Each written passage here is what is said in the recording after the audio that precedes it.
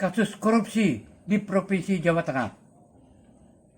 Dugaan korupsi di Pemkot Semarang, Wali Kota Mbak Ita. Korupsi di Universitas 11 Maret UNS. Penyalahgunaan dana desa bantuan provinsi. Kasus dugaan gratifikasi Bank Jateng melibatkan pejabat daerah. 1. Dugaan korupsi di Pemkot Semarang, Wali Kota Mbak Ita. Pada tahun 2024 sampai tahun 2025, KPK menetapkan Heferiata Gunardi Rahayu Mbak Ita, Wali Kota Semarang, suaminya Alwin Basri, dan beberapa pihak swasta seperti Martono, Ketua Gapensi Semarang, serta Rahmat Utama Jangkar sebagai tersangka atas dugaan gratifikasi dan korupsi pengadaan barang dan jasa, serta pemotongan insentif pegawai retribusi daerah. KPK menahan Martono dan RUD pada 17 Januari tahun 2005. Sedangkan Mbak Ita mangkir beberapa kali dan kemudian ditetapkan serta ditahan setelah pra-peradilannya ditolak PN Jakarta Selatan awal Februari tahun 2005. Dalam sidang April tahun 2005, Alwin Basri bahkan menyeret nama wakil Wali Kota Semarang karena adanya dugaan kucuran proyek lewat penunjukan langsung di 16 kecamatan. 2. Korupsi di Universitas 11 Maret UNS. Kejati Jawa Tengah menyelidiki dugaan korupsi pada RKA UNS tahun 2022. Hingga Februari tahun 2024 tercatat sudah diperiksa 66 saksi dan audit investigasi berjalan untuk menentukan potensi kerugian negara. 3. Penyalahgunaan dana desa bantuan provinsi. Sejak April tahun 2023, Polda Jateng menyelidiki dugaan korupsi dana desa di Kabupaten Karanganyar, Wonogiri, dan Klaten. Kasus ini mencakup kegiatan tidak sesuai spesifikasi serta pemotongan dana Banprop tahun 2000 sampai 2021. Sebelumnya, pada tahun 2019, PJT Jateng menetapkan 4 tersangka atas penyalahgunaan dana bantuan provinsi di Pekalongan dan Kendal. 4. Kasus dugaan gratifikasi Bank Jateng melibatkan pejabat daerah. Awal Januari 2025, Koalisi Masyarakat Anti Korupsi melaporkan dugaan gratifikasi di Bank Jateng tahun 2014 sampai tahun 2023. Dugaan melibatkan mantan Gubernur Jawa Tengah Ganjar Pranowo, meski yang bersangkutan membantah menerima gratifikasi tersebut. 5.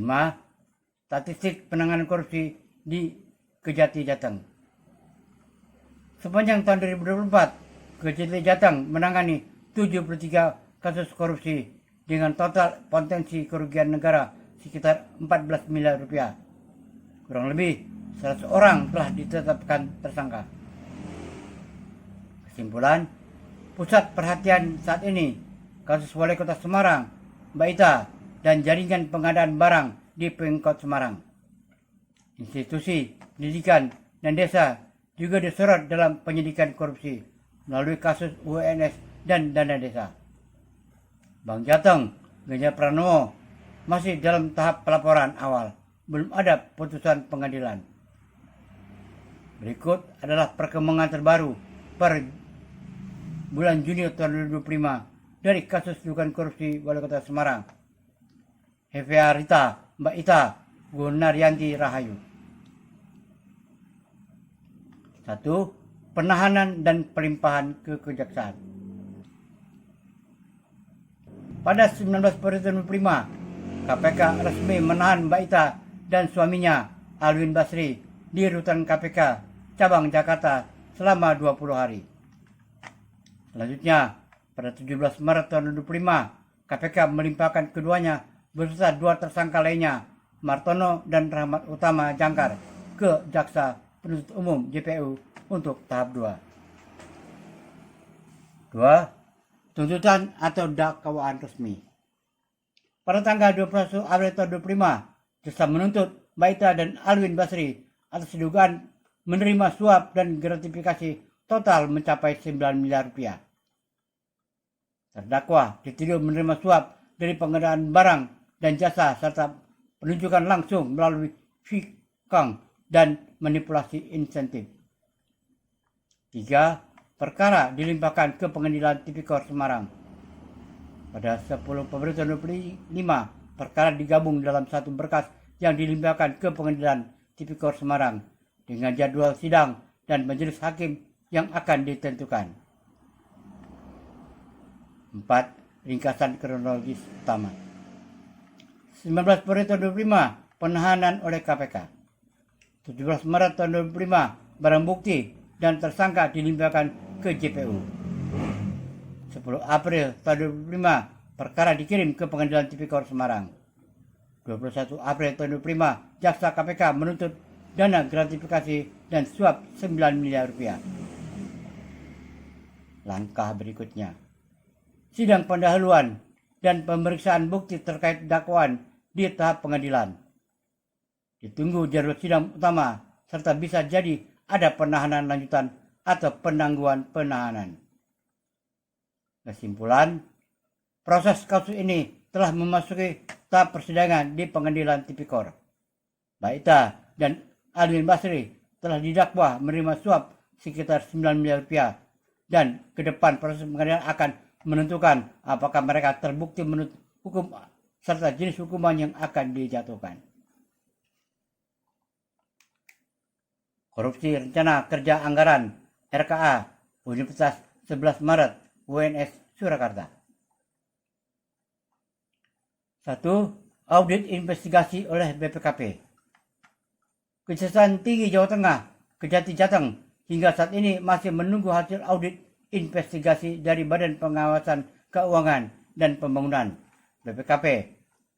Proses audit ini dilakukan untuk menetapkan angka resmi potensi kerugian negara akibat penyalahgunaan anggaran UNS tahun 2022. Tanpa hasil audit BPKP, kasus belum dapat dinaikkan ke tahap penyidikan. 2. Jumlah saksi yang diperiksa. Sejauh ini telah diperiksa antara 63 hingga 66 saksi, mencakup dosen pihak swasta, hingga mantan rektor UNS Profesor Jamal Wiwoho yang telah menjalani pemeriksaan sebanyak 3 kali. Dugaan nilai kerugian. Terdapat perbedaan estimasi. Angka awal yang disampaikan MWA UNS 34,6 miliar rupiah. Perkiraan lain hingga 57 miliar rupiah. Mencakup pengadaan barang dan jasa tanpa tender dalam kurun waktu tahun 2002 sampai tahun 2003. Nilai pastinya masih menunggu hasil audit resmi. 4. Tahapan tindak lanjut. Audit BPKP kritikal telah selesai. Kejati akan memutuskan apakah akan menaikkan kasus ke penyidikan. Penyelidikan terus berlangsung meski hasil audit belum final.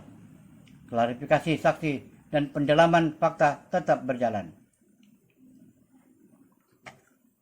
Kasus penyalahgunaan dana desa dan bantuan provinsi Bankau di Jawa Tengah. 1. Lonjakan kasus dana desa hingga April tahun 2005. Kejati Jateng mencatat 30 kasus korupsi dana desa hingga April tahun 2005, meningkat dari 29 kasus sepanjang tahun 2024. Dari 142 penyelidikan dana desa di tahun 2024, 18 kasus naik ke penyidikan dan 25 kasus dieksekusi lebih lanjut modus umum.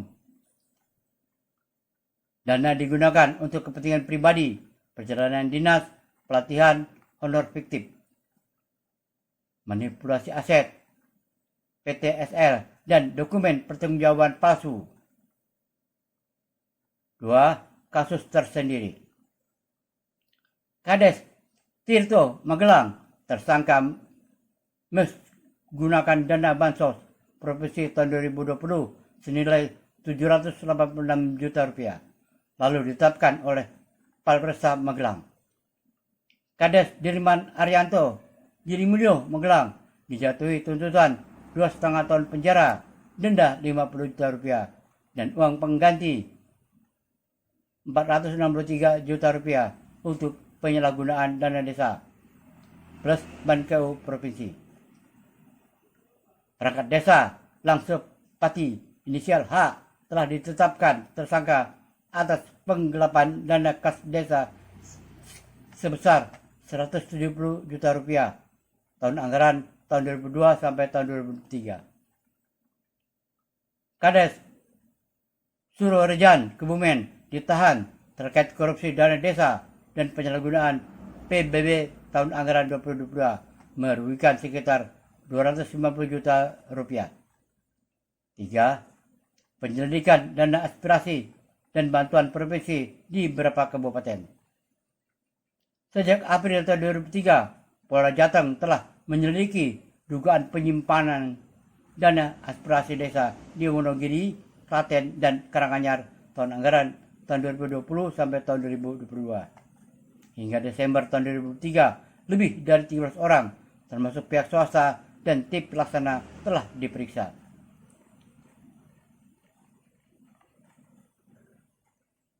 Insight dan dampak. Modus dominan pengelolaan dana tanpa musyawarah fiktif disalurkan lewat proyek bermasalah atau dipakai perangkat desa sendiri.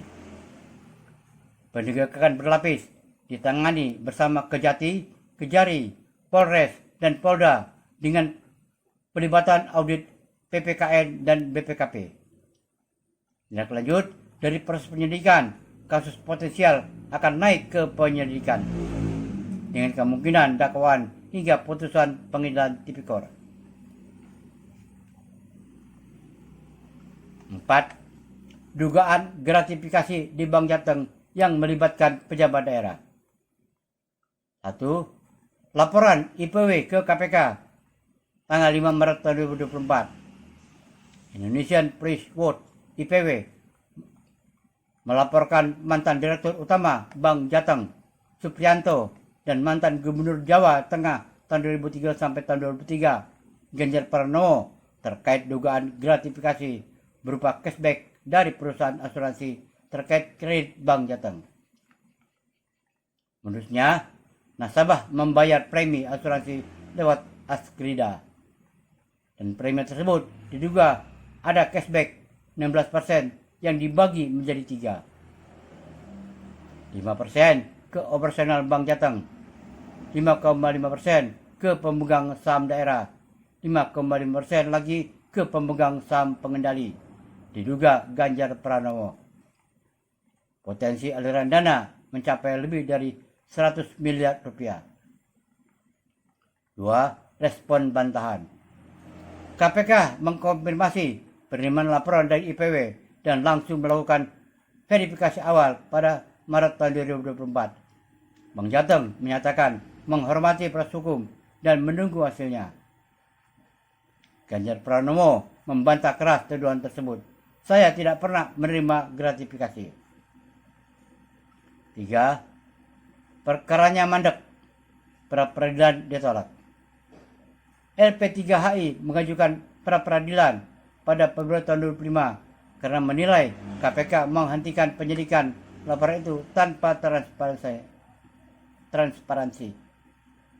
Pada 4 Maret tahun 2005, PN Jakarta Selatan menolak gugatan tersebut, menyatakan penghentian tidak masuk ruang lingkup pra peradilan. Hingga Maret tahun 2005 belum ada proses signifikan. Kasus belum dinaikkan ke tahap penyidikan atau penuntutan. Ringkasan kronologi.